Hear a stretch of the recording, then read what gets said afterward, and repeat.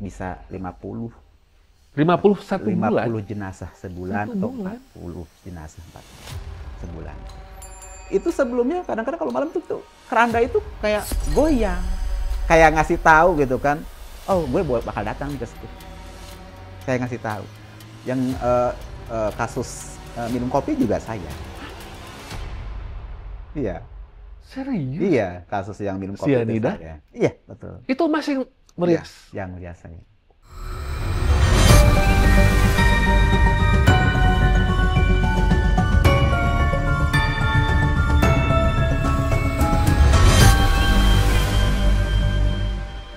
Hari ini adalah tema yang memang Bang Robi sudah nanti-nanti sekali. Aku sudah merencanakan tema ini dari sekitar 4 bulan yang lalu. Namun akhirnya berjodoh juga dengan beliau ya. Untuk bisa ngobrol-ngobrol karena tema yang ini tuh adalah sebuah tema highlight-highlight babu aku kalau aku sebelum tidur. Aku tuh sering agak aneh guys, kalau misalkan aku mau tidur gitu ya, aku ngebayangin kalau aku kerja sebagai penjaga kamar mayat gimana ya rasanya ya gitu. Terus ngebayangin lagi, kalau aku make upin mayat gimana ya rasanya di tengah malam kayak gitu-gitu ya. Nah akhirnya aku pengen tahu kisah dan ceritanya itu langsung dari The Real Perias Jenazahnya. Udah gabung sama Bang Robi di sini ada Mas Fahru Agnia. Mas Fahru. Ya. Mas Fahru ini adalah profesional make up jenazah yang sudah beliau tekuni 18 tahun sejak Warsa atau tahun 2007. Dan sebelumnya beliau ini juga sudah sangat profesional di bidang make up pengantin. Yang Bang Robi dengar, ini ternyata sudah tradisi atau profesi turun-temurun dari orang tua beliau. Mungkin sejak kecil melihat ibu atau bapak, Mas? Ibu. Ibu, melihat ibu merias jenazah, merias pengantin ya. Dan akhirnya tertular ke Mas Fahru. Nah, sekarang kita ngobrol-ngobrol nih. Nah, Mas Fahru, aku tuh penasaran awalnya menjadi perias jenazah tuh bagaimana sih ceritanya? Silakan, Mas. Sebenarnya bukan cita-cita saya Bang itu ya. Karena ibu saya kan dulu merias pengantin tuh kan. Ya. Baju-bajunya sampai masih ada zaman dulu waktu kecil. Jadi kalau ibu merias, saya bantu-bantu. Liatin gitu kan.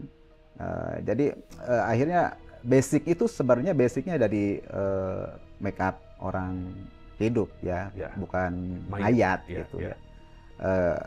Kesini-sininya ada saya ke Jakarta itu tahun 2006, itu ada yang ngajakin. Ya. Jadi saya tuh kerja di rumah duka. Nah, itu belum 2007 itu saya tuh belum megang jenazah belum. Oke. Baru kerja di area-area rumah duka, jadi cleaning service. Ya gitu. Jadi lihat ambulan aja saya tuh udah takut. Lihat ada suara ambulan tuh kan gitu, saya takut. Malah nangis gitu kan, takut. Ada temen dari kamar jenazah, kamu mau nggak mau merias jenazah? Nggak mau katanya gitu.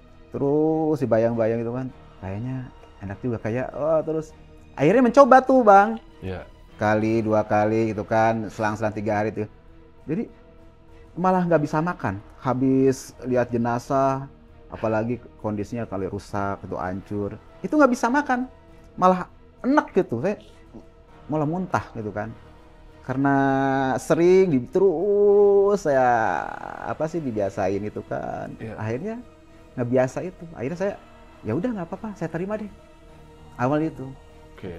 Jadi sekarang tuh kalau mau makan nih, mau merias udah hancur, gantung, cairannya keluar dari hidung dari mulut, ya udah makan aja kalau sekarang. Udah terbiasa. Nggak ada rasa jijik, tapi tetap kita safety, pakai sarung tangan, Iya, pakai iya. masker, Iya. safety tetap gitu. Jadi Kalau nggak ada misalkan rasa ada jenazah yang dirimu terima, Ya. aku kira jenazahnya itu sudah dijahit atau apa oleh petugas forensik atau dokter forensik dulu baru dirimu merias atau dirimu juga yang menjahit dan segala, Mas? Kalau jenazahnya itu kecelakaan ya Bang, Heeh. itu kan kecelakaan pasti urusannya sama kepolisian. Kepolisian dulu. Oke. Ya itu pasti ditangani sama polisi. Begitu Oke. terus tabrakan, nah itu ditangani oleh polisi dulu. Iya. Ya mungkin di otopsi ya Bang ya, Iya, di otopsi, dijahit dulu, dibersihin dulu, Iya. udah beres otopsi, dijahit, baru dikirim ke rumah duka. Tapi Oke. tetap jahitannya itu masih ada Bang. Sobek-sobeknya enggak seperti sobek ini ya, misalkan dari kanan kiri itu. Terus ada yang kelindes. Itu muka sebelah itu udah hancur. Itu jahitan-jahitan semuanya. Nah itu tantangan saya itu gimana caranya supaya itu jenazah itu kelihatannya bagus, rapih. Nggak ada jahitan, bekas jahitan. Itu. Justru kalau saya ngerias jenazah itu tertariknya sebenarnya dari situ. Jadi yang hancur bisa jadi bagus. Iya, iya. Gitu. Hilang tuh kan jahitan-jahitannya, kerutan-kerutannya, gitu kan. Kan keluarga pada bahagia kan, senang lihatnya gitu kan. Iya. Kan kita nyenengin orang itu ibadah kan, Bang? Iya, iya. Benar, setuju. Bukan nominal iya, rias jenazah sekian juta, bukan. Iya, iya. Kalau bagi saya itu Iya, ya. iya. Buat senang orang lain itu ibadah. Mas Faru inget nggak? Maaf, mayit pertama yang Mas make upin itu ada ceritanya kah? Apakah beliau ini laki-laki atau perempuan? Usianya parubaya atau apa?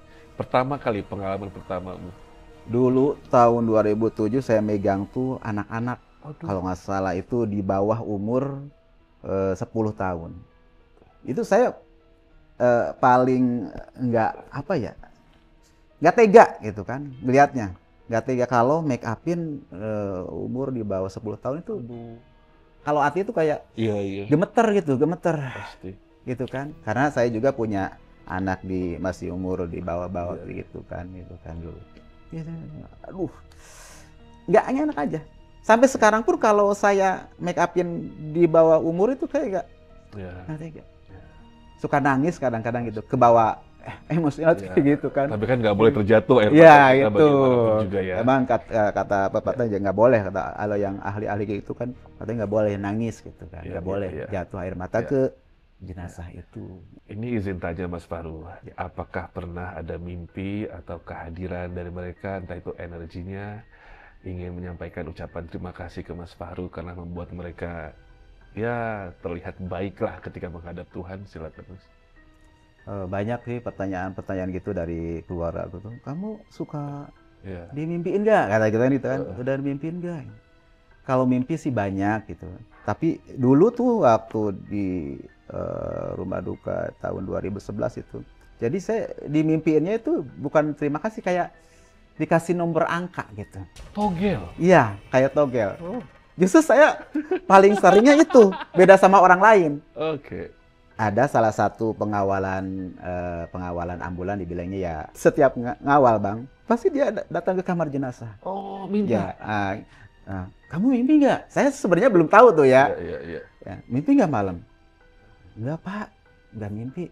Nah, ntar besoknya lagi, ketemu lagi ke kamar jenazah. Kamu mimpi nggak malam tadi? Enggak. Sampai 3 kali dia nanya, mimpi nggak? Saya belum tahu awal itu. Kenapa nanya mulu ini pengawal gitu kan? Katanya, Pak, emang mau ngapain Pak? Mau masang. Pernah didatangin, jadi kayak ngasih, ini saya dikasih kambing gitu kan. Dikasih kambing. Justru impian itu datangnya tuh pas saya lagi di kamar jenazah. Jadi saya kan biasa tidur, ada mesnya sih, ada di mesnya di itu. Cuman kalau jenazah banyak, kita ketiduran kadang-kadang di kamar jenazah. Serius, Mas? Saking capeknya. Udah nggak takut lagi? Tahun 2007, 2008, itu sebulan bisa nyampe 100 jenazah. Abang, percaya nggak? 100 jenazah. Katanya, kalau sekarang... Itu tahun awalmu itu? Ya, tahun 2007, 2008 itu segitu. 100 jenazah tuh nyampe. Kalau sekarang itu sudah COVID aja ya. Kalau COVID itu, kalau COVID kemarin itu kan ancur-ancuran. Iya. Ya. Banyak. Saya sampai sebulan aja bisa nyampe 5 jenazah yang saya pegang. Gitu. Kalau yang sekarang udah mulai stabil lagi, bisa 50 satu bulan? 50 jenazah sebulan Satu atau bulan? 40 jenazah sebulan. Jadi setiap hari itu Bang ada. Nah ini saya sebelum podcast itu tadi ada 2 jenazah saya pegang. Ini habis make up. Iya. Makanya agak tadi jam 2 lebih lah saya ke sini, agak macet. Abis ini ada lagi schedule make upin, Mas? Ada. Karena kita standby. Iya, Jadi iya. kerja saya itu Bang, jadi standby 24 jam. Iya. Jadi misalkan tidak ada pasien, tidak ada jenazah, ya pakai istirahat, tidur. Misalkan ntar malam nih jam 2 ada, ya kita bangun. Jam 3 datang lagi, sampai pagi. Kadang-kadang semalam nggak tidur. Nyambung lagi ntar jam 10 pagi misalkan ada lagi, kita kerjain. Berarti kalau aku boleh mengambil kesimpulan teman-teman, rasio meninggal dalam 1 bulan itu Mas Faroja megang sampai 50-an ya. Berarti Tuhan memanggil atau Allah tuh manggil kita itu dengan sangat mudah jika Allah mau ya Mas ya. Mas aja megang 51 bulan, bayang pun ya. Jadi kapanpun kita sebenarnya bisa meninggal menghadap yang Maha Kuasa. Jadi ya kalau bisa baik-baik jadi manusia kita ya. Oh, tapi sebelum kita lanjutin ngobrol, channel ini tidak mendukung togel dan judi online ya. For the record, for the record. Tadi itu obrolan karena kebetulan dapat ini. Nah, aku mau nanya sekarang Mas Faru. Iya. Jadi sebenarnya sih ketika merias jenazah, tentu pasti alat makeup dan peralatannya beda dengan merias manusia. Sekarang lebih sering merias manusia atau jenazah? Kalau sekarang itu Bang, saya lebih fokus ya. Fokusnya itu tahun 2017 aja. Oke, sorry. Oke. Jadi tahun 2017 tuh saya udah fokus ke jenazah. Enggak ke apa sih ya, dulu kan bareng sama teman-teman di salah satu stasiun TV Di Indosiar ya? di Indosiar, Akademi Dangdut, Make Out, terus ada Mudein juga, terus ada saya Hafiz Quran juga saya make up itu. Gitu kan. Tahun 2017 sudah fokus. Banyak sih yang nawarin. Yang kamu kesini lagi deh di TV lagi make up. Aduh, saya fokus. Enak ya, banyak duitnya ya kalau rias jenazah. Ya gitu. Kalau saya gini. Abang tahu kok budgetnya. Saya bilangnya gini. Kalau make up jenazah nggak rempong kayak make up orang-orang itu kan saya nggak gitu. direvisi-revisi, Iya, kurang merah, kurang apa, yang penting lu good, ganteng, cantik gitu. Betul. Terus kan kalau di make up di Akademi Dangdut itu di ajang pemilihan Akademi Dangdut itu kan itu ini kurang inilah kalau orang hidup itu gitu kan. Udah, pokoknya matanya kayak gini ya. Ah ini. Kalau jenazah nggak ada. Paling kalau ngomong kita kabur langsung. Nah itu kalau ngomong langsung kabur. Pernah nggak ada gangguan?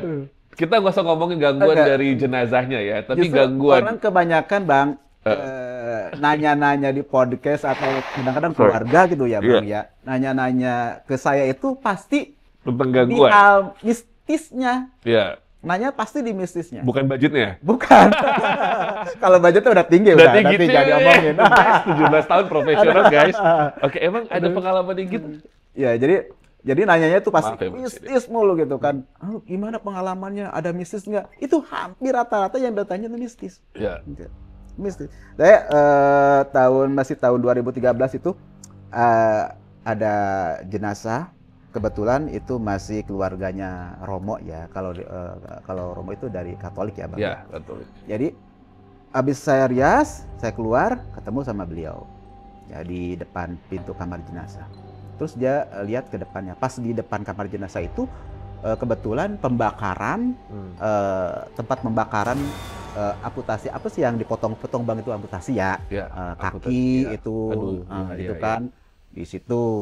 Ya kalau dipotong-potong kayak apa sih kanker dibakarnya di situ. Di belakangnya kamar jenazah ada toilet perempuan. Terus si Romo itu ngomong sama saya, di kamar jenazah itu bersih ya katanya. Iya bersih karena saya steril Pak. Jadi setiap kita mandiin makeup langsung kita pel bersihin. Cuman kalau di depan kamar jenazah itu ada yang bergelantungan. Bergelantungan. Saya nggak ngerti tuh. Bergelantungan. Tuh ada 3. Itu tempat apa itu? Oh itu tempat pembakaran. Jadi kayak tempat barang-barang sampah, bukan tempat pembakaran sampah, cuman kalau ada yang sisa-sisa daging, potongan-potongan atau amputasi tangan, suka di situ dibakar. Terus dia lihat ke belakang kamar jenazah. Di belakang kamar jenazah itu ada satu ketinggalan tuh. Saya nggak ngerti ya, nggak paham gitu kan. Terus nanya sama Romo tuh, Romo, saya pengen bisa kayak Romo kayak gimana? Biar tahu ya. Supaya bisa melihat kayak Romo. Gampang. Kamu puasa aja Senin Kemis. Kalau bisa puasanya mutih. Saya langsung tertarik gitu kan. Oh gitu ya Romo. Iya. Saya mendengar itu langsung bulu ini langsung ada emosi. Itu Romo. Bahkan hari ini puasa. Alhamdulillah puasa. Itu bisa. Mas Faru, kalau misalkan Mas Faru mau make up jenazah itu yang dipersiapkan apa aja? tentunya kosmetik kita ya, kosmetik Iya. kita bersihkan dulu Iya. ya, harus steril dulu. Kedua, kita harus doa, Iya. doa dulu.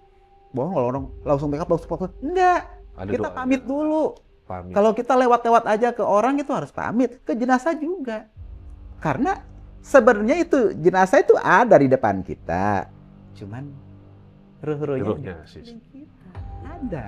Cuman ya mungkin saya atau ya mungkin ada keluarga ya belum masih kehijat itu.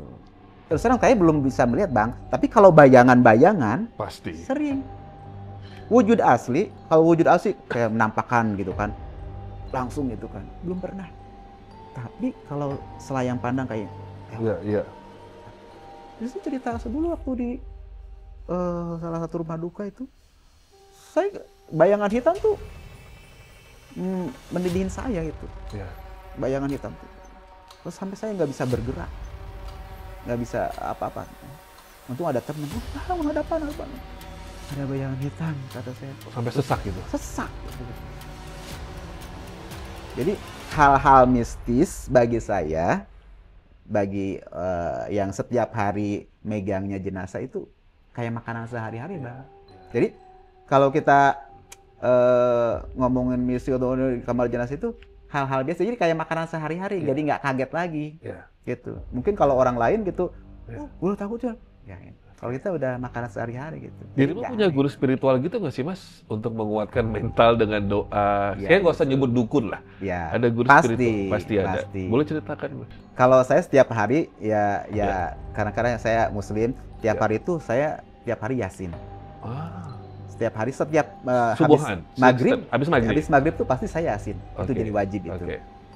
Itu mungkin jadi penjaga juga. Gitu. Ya, alhamdulillah nggak pernah ada yang ganggu, Bang, nggak pernah.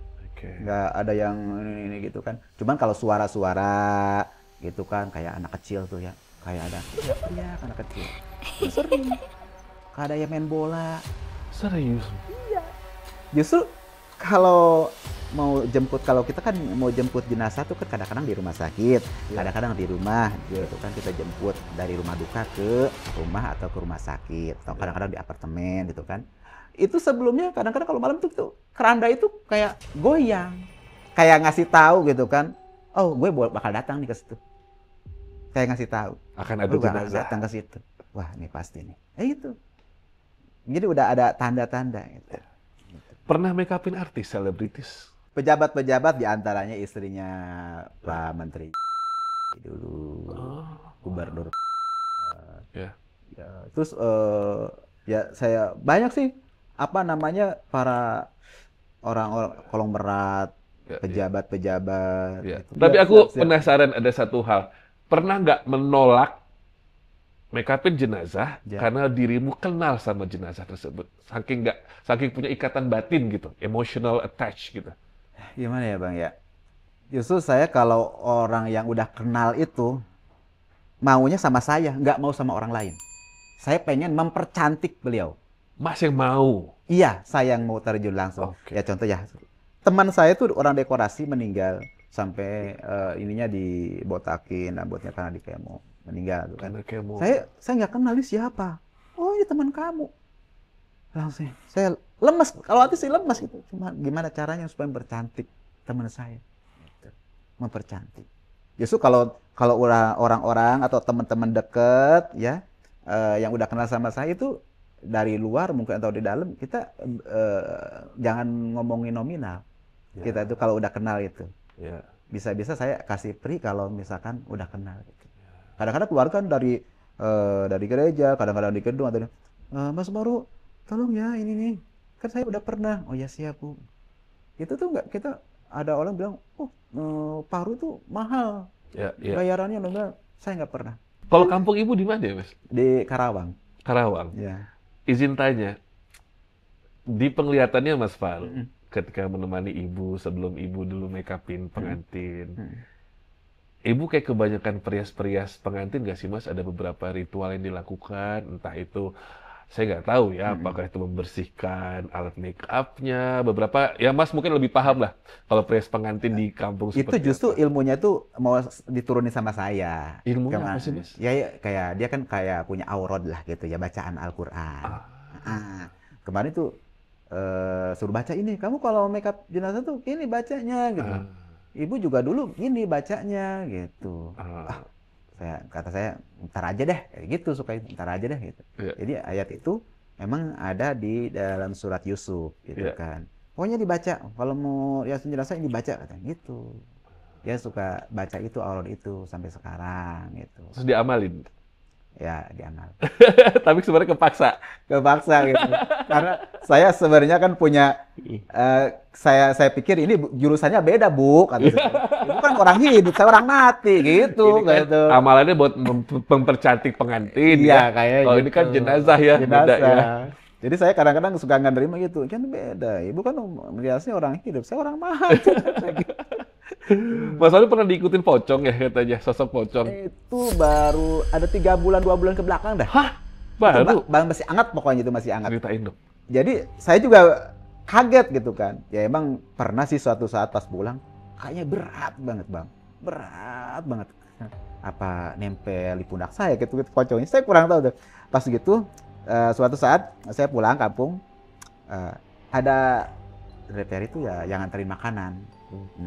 Isi saya pesen makanan seblak, terus diantarnya itu pas mau azan, ya. Pas pas mau maghrib aja. Nah, yang nganterin itu bawa anak kecil. Terus dia teriak, saya di dalam. Ih, ada pocong gitu kan. Di pohon ada pocong, di depan rumah saya itu ada pohon kurma. Gitu kan. Ada pocong. Saya kedengar di dalam. Ya, ngomong anak kecil pasti benar. Pasti benar. Saya percaya kalau yang ngomongnya anak kecil pasti benar. Iya. Gitu. Nah, diam aja saya karena istri saya penakut. Maka saya diam aja gitu kan. Terus saya nanya, Mi ada apa sih? Itu lihat pocong. Terus lama-lama dia nggak buka juga. Ada 2 bulan, 3 bulan ke belakang juga katanya. Tetangga kita sebelah lihat ada pocong di situ di pohon itu. Ah masa kata itu kan. Biasanya nggak gitu ya, biasa gitu kan. Mungkin istri saya pengen menyatakan kebenarannya benar atau enggak gitu. Akhirnya dia nanya ke orang pintar. Bener enggak ada pocong? Orang pintarnya ngomong gini, iya itu bawaan suami lu katanya gitu. Lu kok gue jadi salahin? Saya tertawa aja. Gak apa-apa, itu kan makhluk Tuhan juga. Yang penting dia nggak ganggu kan sama kita. Ya udah jangan gitu. Ya saya percaya bahwa ada pocong ngikutin saya gitu. Jadi tuh ngikutin dari rumah duka dong. Dari rumah duka, kata si orang pintar itu, jadi dia itu ikut suami lu katanya rumah kata. Oh ya nggak apa-apa. Lalu pernah sih berat banget perasaan tuh. Mau jalan, mau duduk berat banget. Ya mungkin itu. Udah kayak gini pengen masih dibuka mata batinnya. Nanti nggak konsentrasi lagi. Make up ini jadi ngobrol sama ini. Justru saya kalau gini Mas, kalau Mas buka mata batin, iya. nanti komplain dia. Kurang ganteng gue, kurang cantik gue, katanya begitu gimana? Saya emang dari ritual kalau di rumah itu, kalau malam Jumat itu saya suka bakar-bakar wangi-wangian, Bang. Oh, mancing dong. Gitu. Apa yang dibakar nih? Menyan? Kadang-kadang hio, kadang-kadang dufa gitu kan. Oh, serbuk-serbuk gitu. Kalau istri saya katanya gini, ngapain sih ngundang-ngundang setan? Itu yang harum-harum itu malaikat datang, yang bau-bau itu setan datang kata saya gitu. Saya suka gitu kalau malam Jumat atau ada acara-acara gitu. Jadi pengharum rumah ruangan gitu. Kalau dia nggak seneng katanya ngundang-ngundang gitu katanya. Misalkan lagi di kamar mayat gitu ya atau di rumah duka, ada nggak sih gibah-gibah simple gitu kayak ngomongin, Faruk itu tuh meninggalnya susah tuh dia tuh ngelmu. Iya, biasa kita kan gitu. namanya bertetangga pasti adalah namanya gitu. rumpi-rumpi. Rumpi-rumpi. Gitu. Lihat melek. Itu akibat kebanyakan ini gitu kan saya kan. Jadi jenazah itu kondisinya yang meninggal itu macam-macam, Bang. Kadang-kadang ada yang melotot, ada yang mangap, gitu kan. Kalau saya dari mata melotot, saya masih ada khusus gitu kan. Triknya, jampeknya juga ada. Jadi ntar bisa merem lagi. Ntar mulutnya kita baca-bacain. Jadi kita megang jenazah itu, kalau orang bahasa gitu mantra lah, dimantrain dulu. Kalau kita jampe dulu, baca apa gitu. Kita mandiin aja, kalau mandiin nggak langsung brus aja, enggak, sama. Mau muslim, mau non muslim, kita baca dulu doa. Itu disabunin, disapuin bersih, Bang. Keluarin kotorannya. Atau ada kan ada yang bilang, oh kalau mandi ini Ya. enggak. Kita itu Ya. manusia, kita memanusiakan manusia. Bukan hewan Iya, itu iya. yang Memanusiakan wah gitu. manusia. Enggak, gitu. Kita doa dulu, ritual dulu, panggil keluarganya. Kita tuh mau mandiin tuh Bang, dipanggil dulu keluarganya. Kita nggak berani megang jenazah. Iya, iya. Nggak berani kita nyiram-nyiram duluan, nggak. Heeh. Panggil keluarga, anak-anaknya terutama. Silakan, siraman untuk terakhir kalinya. Iya. Anak-anaknya kumpul semuanya. Kalau make up juga gitu. Kita ada doa dulu, ritual dulu. Ya, mintanya kayak gimana keluarga. Nggak semaunya saya. Wah harus kayak gini, enggak. Keluarga mau gimana? Misalkan nih, kan kebanyakan ya, maaf Bang, kalau Batak kan pengennya wow, Iya, pakai iya. kuteng. Oh. Kuteng. Terus eyeshadow-nya harus pokoknya ngejreng, bibirnya harus merah, sanggul pejabat gitu. Oh, itu kalau ompung-ompung. Kalau Iya, ompung-ompung pasti begitu. gitu. Ini sungguh menarik ya teman-teman. Maksudnya memang bisa dibilang ini adalah tantangan yang besar ya. Jadi tidak semudah itu dan tidak sesimpel itu ternyata untuk merias jenazah. Karena bagaimanapun juga Mas Faru ini harus mendengarkan maunya dari keluarganya seperti apa, keluarga yang ditinggalkan seperti apa. Kalau aku lihat Mas Faru ini bagian dari sistem penghibur juga buat keluarga ya. Kalau misalkan jenazahnya terlihat cantik atau tampan sebelum dimakamkan, pasti keluarga juga senang gitu ya Mas ya. Walaupun Mas Farunya juga kadang diikutin sampai rumah. Bahaya juga. Ini Instagramnya Mas Faru, by the way. Budget berapa sih Mas? Kalau misalkan nanti Reza minta di make upin gitu asisten saya. Ya kalau sama abang mah ya 10 juta juga nggak apa-apa. Gue belum mau mati loh sama abang. Keluarga. Oke, itu ya. Jadi, aduh teman-teman ini apa namanya pekerjaan. Aku tuh sampai speechless dulu dari tadi. Sumpah aku jujur pas aku mau nanya-nanya detail tuh kayak, aduh. Tadi aja mau nanya detail tentang itu langsung harus kita Banyak bid dulu sebenarnya nih. Bang. Kalau mistis kita kan 18 tahun loh. 18 Iya makanya, tahun berkecimpung di bidang jenazah. Iya. Itu jadi kalau diceritain satu-satu enggak ini. Ya itu terakhir itu yang pocong. Ada gitu. Jadi saya pas tidur ya Bang ya. Iya. Kecapean, tidurlah di kursi. Belum gitu kan. belum bersih-bersih dari rumah duka. Ya udah beres tuh, jenazah tuh udah beres, udah dimandi, udah di Heeh, make up, kecapean, tidurlah di kursi di dalam, kan Ya. ada tempat dalam kayak kamar-kamar, tidurlah, itu kan capek banget tuh kan. Ketiduran itu bukan karena tidur kecapean, itu kan tidur. Begitu shower kan kita kalau mandi itu pakai shower, gitu kan nempel shower tuh ada tempatnya gitu. Iya. Itu bruk, gitu kan, enter dulu ya, terus itu kan, siapa gitu, ada orang kali mandi atau apa ya? Ya. Nyemprot sendiri. Saya kaget, nggak mungkin kan nggak ada jenazah lagi, teman-teman pada tidur nih ke atas gitu kan. Di mes. Iya di meset sendirian gitu kan. Nyonter sendiri, kan itu kan aneh kata saya. Penasaran, kenapa? Pas saya keluar dari ruangan kamar itu, langsung jatuh si showernya ke bawah. Iya. Oh ada yang mau mandi kali kata itu. Itu kan Iya. saya nggak logika kepikir itu siapa gitu kan. Ada jam-jam pantangan nggak untuk memandikan jenazah? Nggak ada. Nggak ada. Ya Jam berapapun masuk, masuk. pasien baru langsung Masuk. dimandikan. Kecuali kalau orang Buddha. Kalau Buddha itu kan biasanya dia lihat hari. Oke. Bagusnya hari apa, jam berapa, Oke. gitu. Jadi ada hitungan, dia kental dengan hitungannya gitu. Pertanyaan terakhir dari Abang Robi. Siap. Mas Faru, sebelum memandikan jenazah atau merias jenazah, obrolan apa yang Mas berikan kepada jenazah? Biar kayak ada chemistry lah gitu, biar nggak terganggu. Mas ngomong apa biasanya? Permisi. Ya, terus kalau saya make up tuh, sebelum make up tuh kita ritual dulu, ngomong dulu sama jenazah. Nggak apa-apa kalau orang-orang kalau nggak ngerti, kalau kayak orang gila. Kayak orang gila. Gitu. Bodo amat kata saya, bodo amat. Oke, Kayak oke. orang gila ngomong, lu mah nggak tahu, ini di keliling kita ada. Ya, ada di Ada ya, di keliling hadir kita, arwahnya. hadir, gitu kan. Ya. Saya pamit dulu kan, mau mempercantik, dilemeskan. Itu bukan cerita bohong ya Bang ya. Percaya nggak percaya? Kalau kita masukin sepatu ke jenazah itu Kakak, nggak ya. muat, kita nggak pamit. Karena nggak pamit. Iya, pamit dulu. Ya. Ya, dipamitin dulu. Ya. Itu muat. Saya jarang kalau makein sepatu Ya. atau baju disobek kayak orang lain. Oh. Mungkin orang lain kalau nggak muat Nggak muat, disobek. sobek belakang biar nggak kelihatan. Saya jarang banget kayak gitu. gitu. Kita pamitin dulu karena dia juga manusia. Iya, dengan menyebut namanya. Iya, gitu kan. Pamit dulu, suruh dilemesin dulu. Itu yakin. Saya Memanusiakan manusia. sering kayak gitu kan. Bisa muat itu kan. Oh, banyak juga Patunya. rekan yang tanpa ada pamit-pamitan, Iya. jadinya menghadapi kesusahan, kesulitan. Jadi kita harus pamit dulu gitu kan. Ya, Pamit dulu, doa dulu, ada ritual dulu. Ya, mulutnya gimana caranya supaya mingkem. Dibisikin. Jadi ada bisikan gitu kan. Ada nggak Mas jenazah yang ketika Mas sedang make upin tiba-tiba bergerak? Kayak di film-film. Kalau bergerak sendiri saya langsung kabur kayaknya. Tapi kalau keluarga banyak. Mas, kok masih hangat ya Mas? Emang martabak hangat kata saya. Hangat Mas, masih hidup ya Mas, masih hidup kata saya. Udah meninggal Bu, kan ke sini tuh kan ada surat kematian. Iya. Dibawa ke rumah duka tuh karena ada surat. Mungkin kalau keluarga kali kesan-kesan gitu, masih hidup Mas, masih bernapas tuh lihat tuh. Itu kadang keluarga saking sayangnya mungkin itu kan.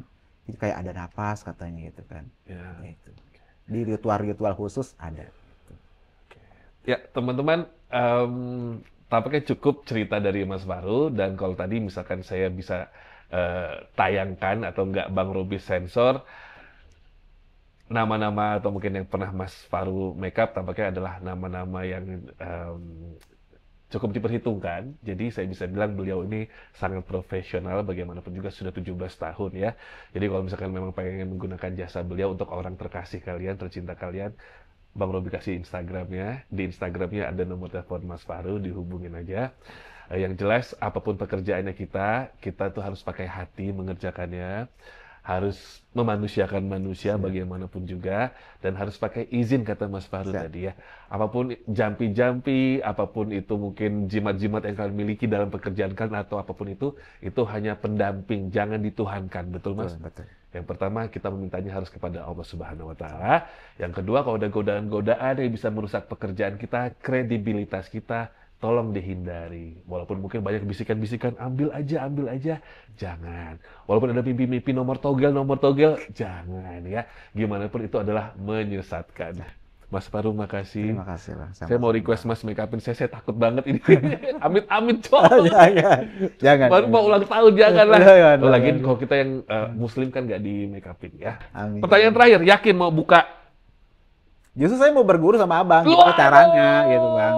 Berguru sama saya. Ya, gimana caranya bisa melihat gitu. Karena saya dengan puasa aja saya susah banget gitu pengen buka gitu, pengen keliat gitu. Tapi teman saya Bang, bukan aja asisten, mungkin ada setahun ya sebelum Covid. Jadi dia asisten saya perempuan, punya anak 1 bayi. Jadi dia ngelamar ke saya, Bang saya pengen rias jenazah. Nggak bisa, saya udah pernah. Akhirnya saya karena dia kasihan kan punya bayi, saya terima lah.